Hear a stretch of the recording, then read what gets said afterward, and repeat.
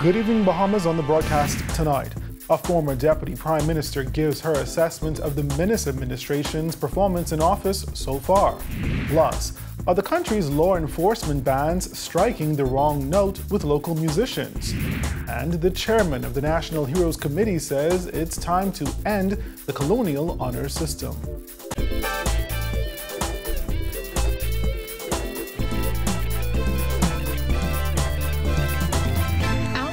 Brought to you by Alive, the nation's newest and best LTE network. Good to be alive. Welcome to our News of the Weekend edition, and thanks for joining us. I'm Andrew Knowles. Despite stepping away from the political arena, a former political giant is lending her view on the current administration and offering advice.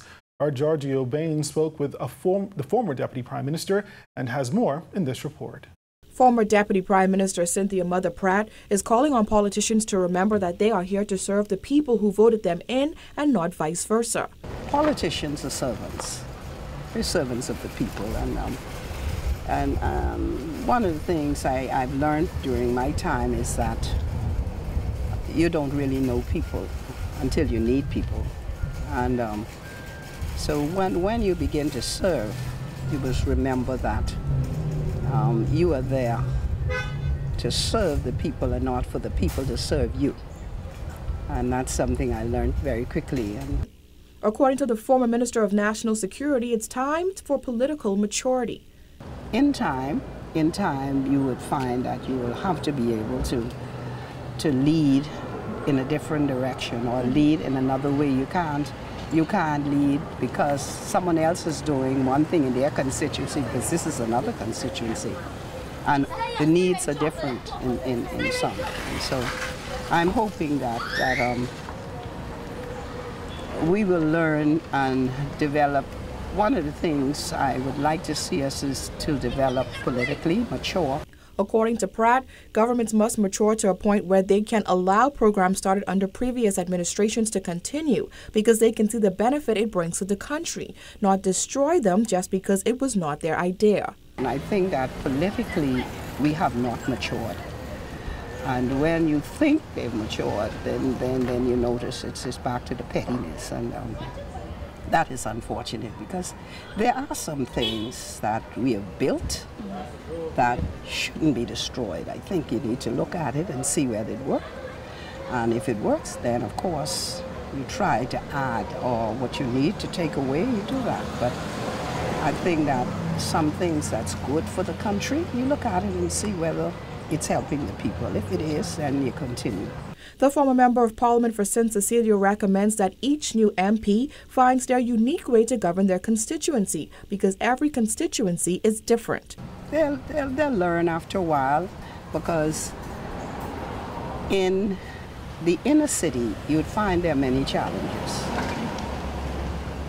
There are other communities, and most of us are different, but St. Cecilia, of course, which was the name during the time I sat in the chair, was a unique constituency because we have the middle class, of course, and you have those of the lower sociological areas, and then of course you have we're bordered by Big Pond, and then on the other side you have Ridgeland Park, where we seem to have a different kind of problem.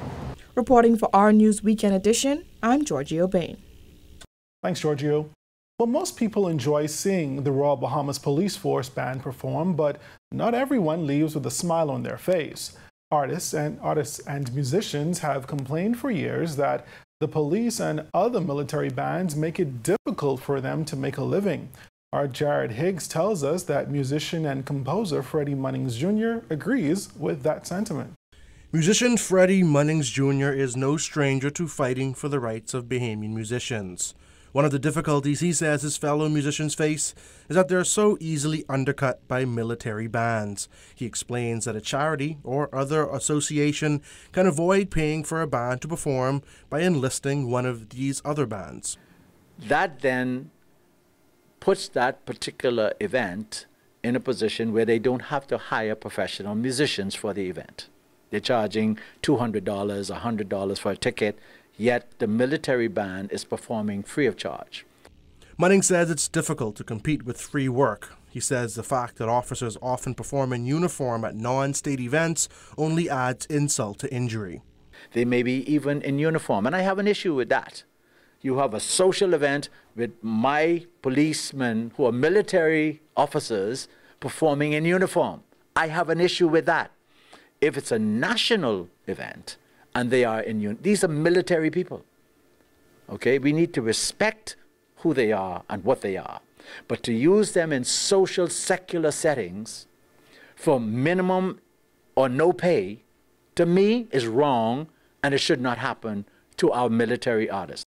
Munning says there's a place for military bands, especially in developing more musicians.